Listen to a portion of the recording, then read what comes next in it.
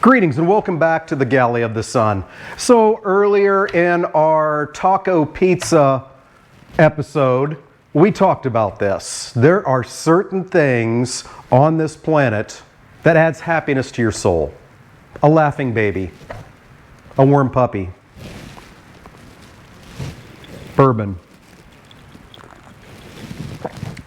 pizza, tacos, and grilled cheese sandwiches. Today, we're going to bring those two together and make you a taco grilled cheese sandwich. So what we're going to start out with is, you got to rock out with your guac out, so we need some guacamole. So, in my bowl is going to go 3 avocados. Make sure you get ripe ones. If you're planning this meal, you want to get them 2 or 3 days ahead of time, so they're nice and soft for you. We talked about before, save the pits. It's going to keep your guac from turning brown on you.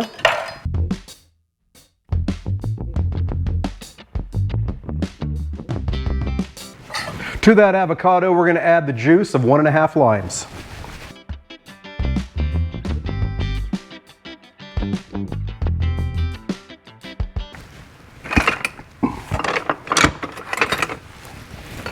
Here's my damn masher.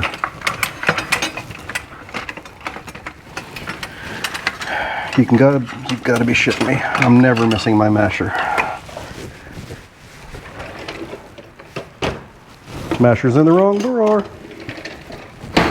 All right, at this point, it's all preference. If you like your guacamole very creamy, you're going to mash the holy crap out of these. If you like it sort of lumpy, then you're going to have a moderate mashing. So, let's get these mashed up a bit. There'll be more mashing in the future, don't worry.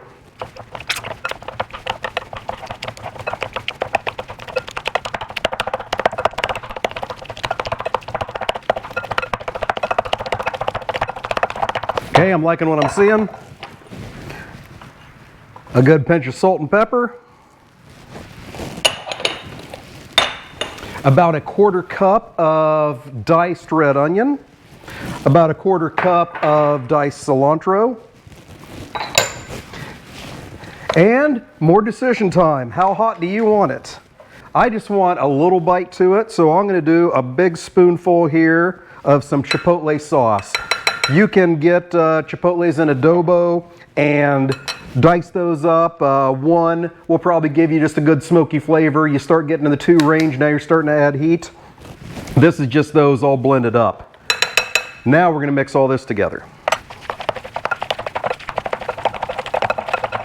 Oh, smells incredible. And most of that aroma is coming from that chipotle sauce. That deep, smoky, delicious, oh. Okay, we're good to go there. Get this off our masher, throw our pits in there, set that aside.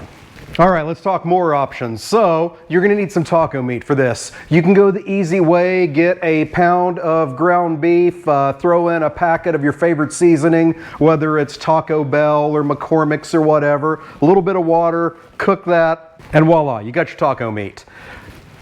You know we don't roll like that here at the Galley of the Sun. So as described down in the description, I took 2 pounds of aged ground beef, a pound of homemade pork chorizo, browned that, added about 3 tablespoons of Cattleman's Mexicano seasoning, and about a cup of water. That all has been simmering behind me for about 30 minutes or so. Want to get as much of that liquid cooked out of it as possible because we are making grilled cheese sandwiches. Then, the cheese. So I took a block of Monterey Jack cheese, shredded it in my food processor, and I also added a block of this Trader Joe's Unexpected Cheddar. This stuff is super sharp, it's got a ton of flavor, it is absolutely delicious. That's going to add a lot to these sandwiches. Got one more thing to add, and that's Pico De Gallo. Down in the description below is the Pico De Gallo that we made for a short video. We've used it with several other dishes. It's absolutely incredible. But it's best if it's made the day before and then it sits in the refrigerator and all those flavors meld together.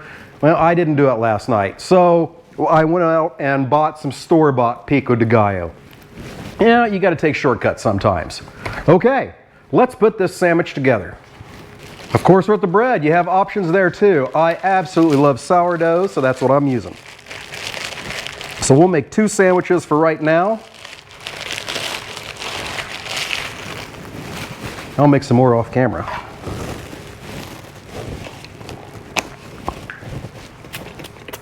You can use the butter or you can get the spray stuff. Make your life a little bit easier. So let's get these sides sprayed down real well. And let's build. So we're going to put down a layer of this cheese mixture, the Monterey Jack and the unexpected cheddar. Then we're going to put down a layer of guac. We had a spoon.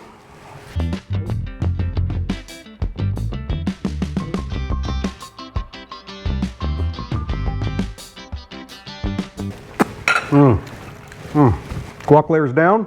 Now I'm going to get my layer of taco meat on there. So you want to make sure it's good and drained. We don't want that bread to get soggy before we get it crispy. Okay. Got taco meat on there. You don't have to go crazy. Remember, you are going to have to flip this. But that's why we're adding all the cheese. That's the glue. Now we'll get a little Pico De Gallo on top of that. And heck, look at all these vegetables in here. This is damn near a salad. Stefan, put down in the comments if you think this is a salad. Now that last layer of cheese.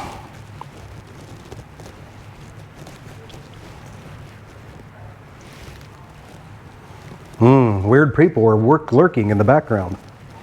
That was almost English.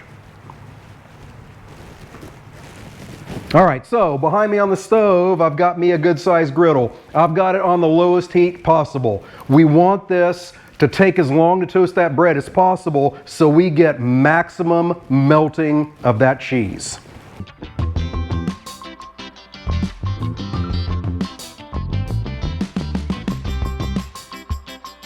All right, now we just toast away. If you like it spicy, there's a ton of different places that you can add that spice. You can make sure that you have some unseeded, diced up jalapenos in your Pico De Gallo. You can use some kind of spicy pepper jack cheese, maybe a habanero jack cheese or something like that. The options are endless with this. But no matter how you do it, from the simplest, just regular cheddar cheese, regular ground beef, some McCormick's taco seasoning, some store-bought guac, some store-bought pico, it's still going to be amazing. All right, let's go for the flip.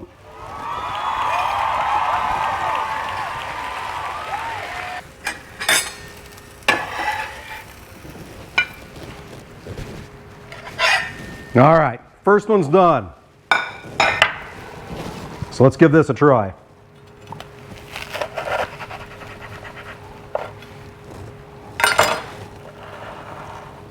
Ooh, looking good. Got the cheese all melty.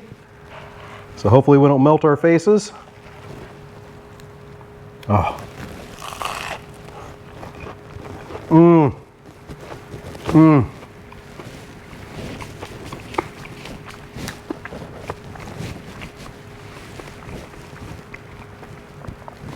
Absolutely nailed it. All those flavors mixed together, grilled cheese plus taco. This right here is happiness. Hey, I hope you enjoyed what you saw today. If you did, hit the like button, hit that subscribe button, and never miss an episode. What's your favorite type of grilled cheese? Hey, leave that down in the comments. Maybe we'll give it a try.